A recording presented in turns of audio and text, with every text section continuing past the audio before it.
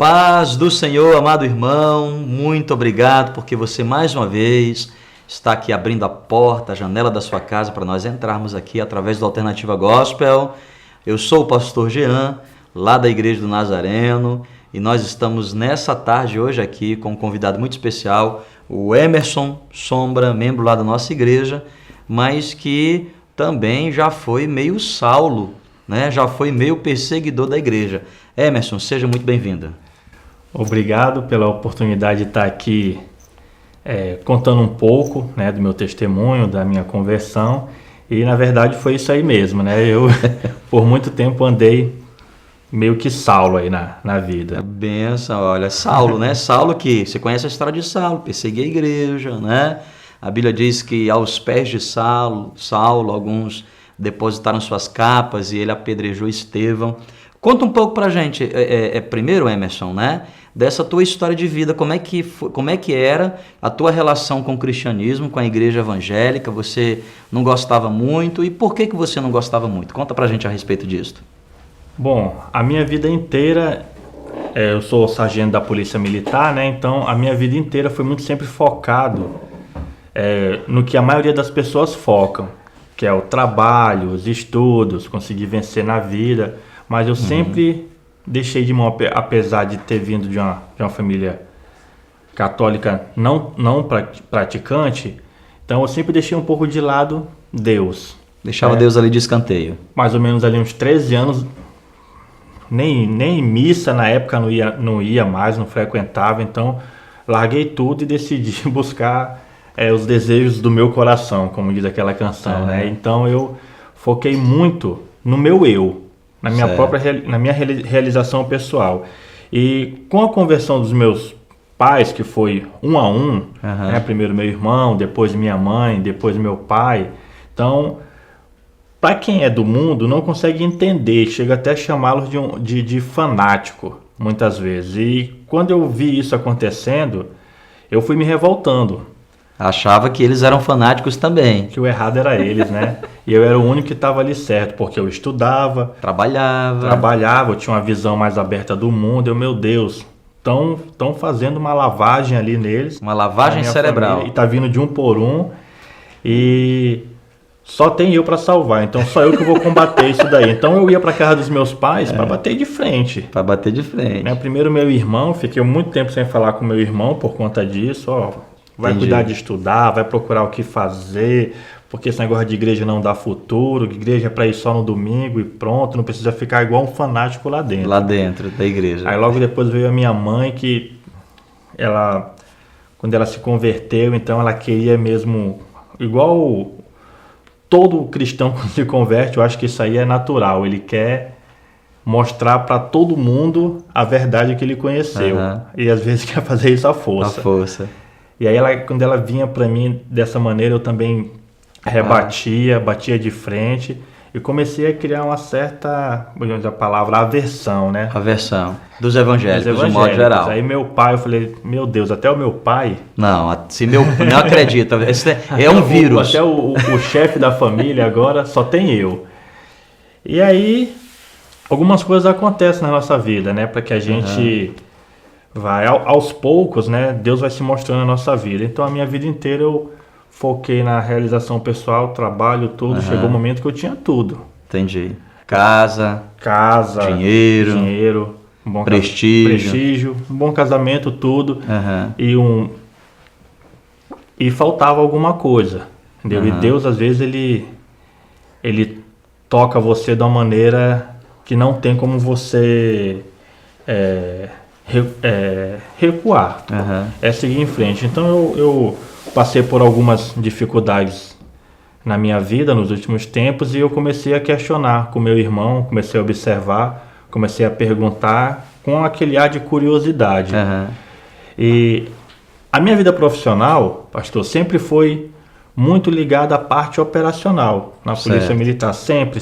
Então eu não era... Explica pra gente o que é que significa essa parte operacional. Parte operacional, existe aquela parte que trabalha mais burocraticamente ali, um papel, a parte administrativa, e eu gostava de estar na linha de frente, né, combatendo mesmo, ir para as ruas, ir atrás de bandido, de ir atrás bandido. entendeu? Eu queria ação. Então minha vida inteira foi isso, sempre me preparando fisicamente, sempre fazendo cursos, rodei o Brasil inteiro, passei 4 anos fora, rodando esse Brasil, trabalhando pela Força Nacional e curso em Rio de Janeiro, Amazonas, Brasília, e aí minha vida foi sempre ligada a isso. Então eu não era, a minha imagem na instituição não era de um Cara, bonzinho. operacional. Era sempre do mal. Eu era bad eu boy. era aquele sargento dos filmes que a gente assiste filme, aquele Sei. sargento carrasco. Carrasco. mesmo. Era Então, pede pra sair. era mais ou menos um Capitão Nascimento. Pede pra sair, número Então eu 2. sempre fui focado nisso, nessa situação, de estar sempre na linha de frente. Eu comecei então a treinar os novos policiais. E eu treinava de maneira que eu queria que eles fossem treinados para uma guerra, que isso aí só tinha na minha cabeça. Na sua cabeça. Recentemente, ano passado, me deram uma turma para formar 30 sargentos. E eu peguei esse desafio para formá-los. Aí imagina como é que foi, né? Botar um policial do BOP para formar sargentos. Então eu queria que eles fossem formados da maneira mais pesada possível. Tirou o couro deles, então.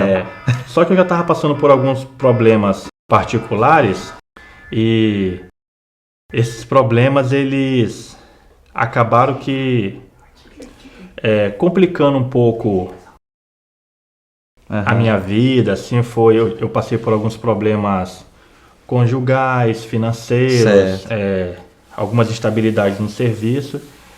E eis que eu tô um dia em casa pensativo, sozinho no meu quarto, pensando na minha vida, como é que tava.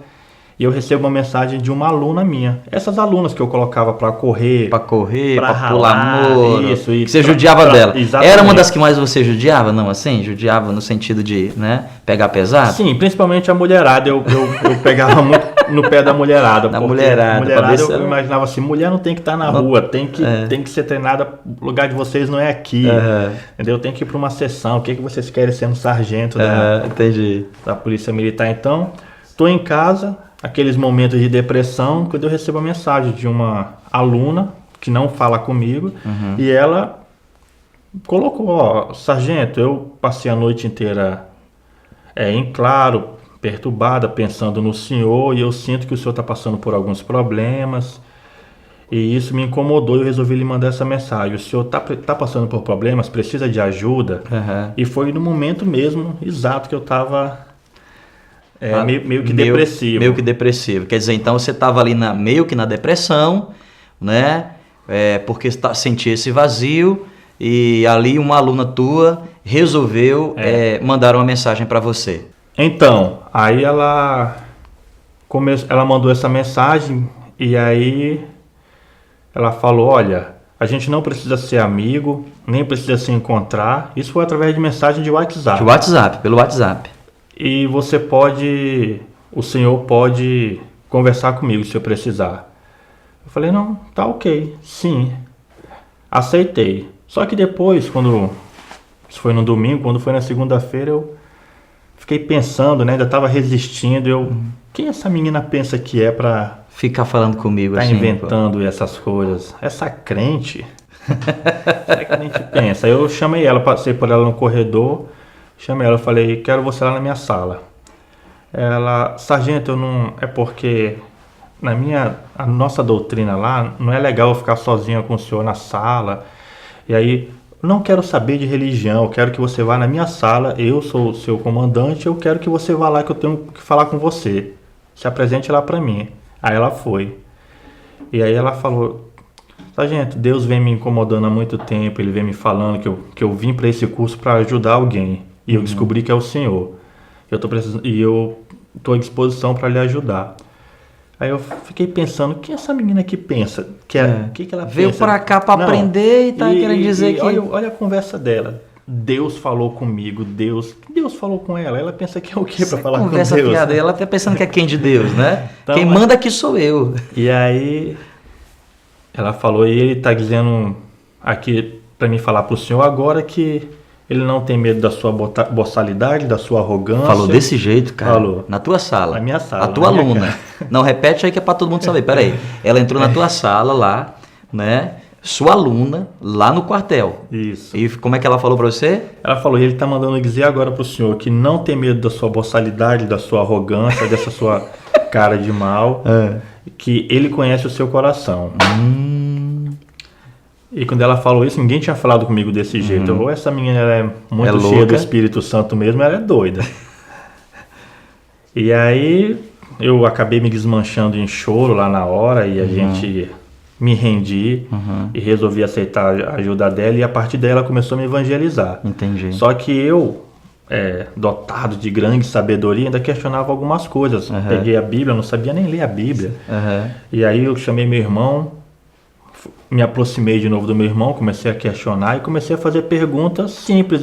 Quem foi que escreveu a Bíblia? Por que tem que seguir a Bíblia? Por que eu tenho que crer nela? Quem foi? Foi Deus que escreveu e jogou lá do céu, pega a Bíblia? E essas perguntas assim, sem sentido. E aí, não, foram várias pessoas que escreveram, tal. E aí foi me orientando, e ela também. E toda vez que eu tentava me sair, não seguir esse caminho, eu recebia uma mensagem dela. Era interessante. Nos momentos que eu estava mais triste, chegava uma mensagem dela que dizia justamente aquilo que você eu comecei a acreditar, né? Eu falei, essa menina é de Deus mesmo, porque isso que ela está fazendo não pode. Ou ela tem uma câmera no meu quarto, onde eu tô, toda vez que acontece alguma coisa ruim, ela sabe e manda a mensagem certa, que levantava meu ânimo. E aí esse processo foi indo, eu peguei a Bíblia e falei, eu vou derrubar ela com a própria Bíblia dela. Eu vou ler, eu vou estudar e eu vou derrubar ela. Só que aí eu caí num erro que muitos inteligentes caem. Quando eu comecei a ler, eu vi a perfeição das escrituras. Entendeu? E não tinha como questionar nada do que estava escrito ali. Alguma coisa que é escrita no início se completa lá no final. E aí eu comecei a ver que não tinha saída. Por isso. E aí quando eu pensei que não, já estava convertido. Fui conhecer a igreja dela, fui conhecer a igreja do Nazareno também.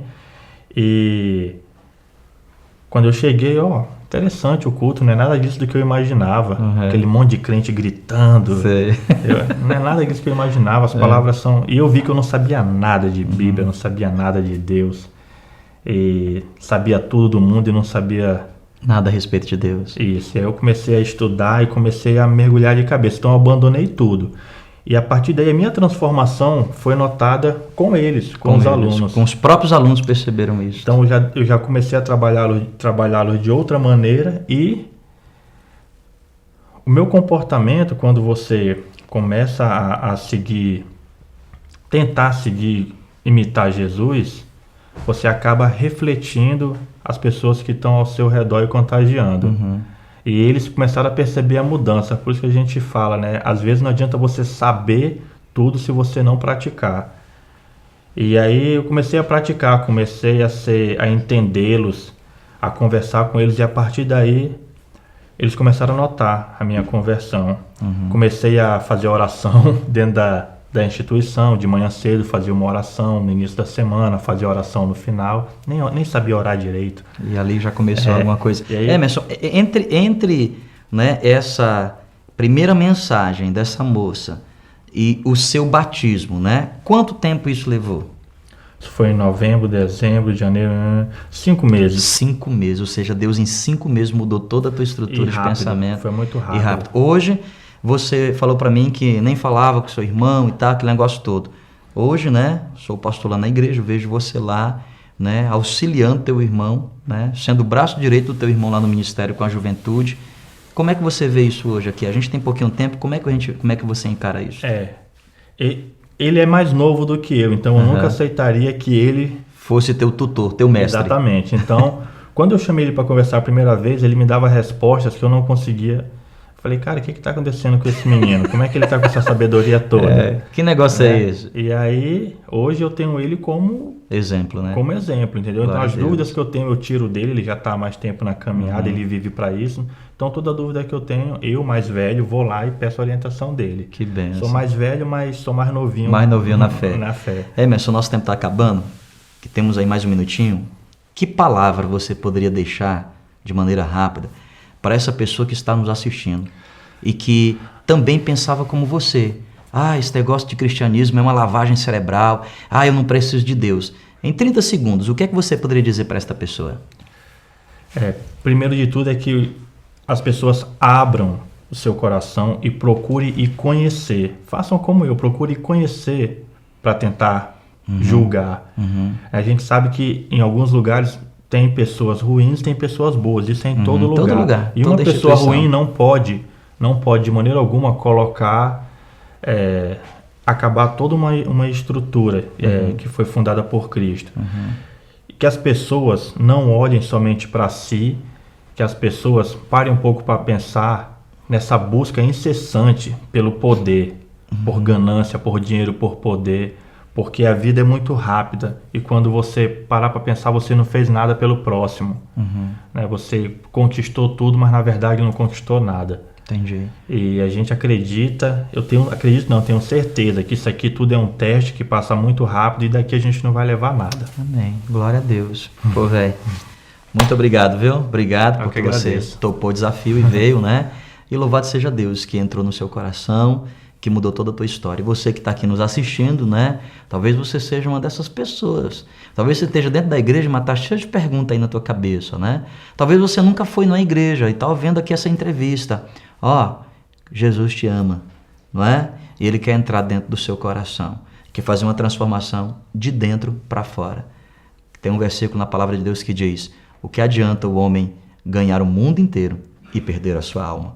Que você possa perder o mundo, mas ganhar Cristo. Vá a uma igreja nesse fim de semana, entregue sua vida a Cristo. Se não, faça essa oração agora. Que Deus te abençoe, tenha um final de semana cheio da presença de Deus. Vai na paz.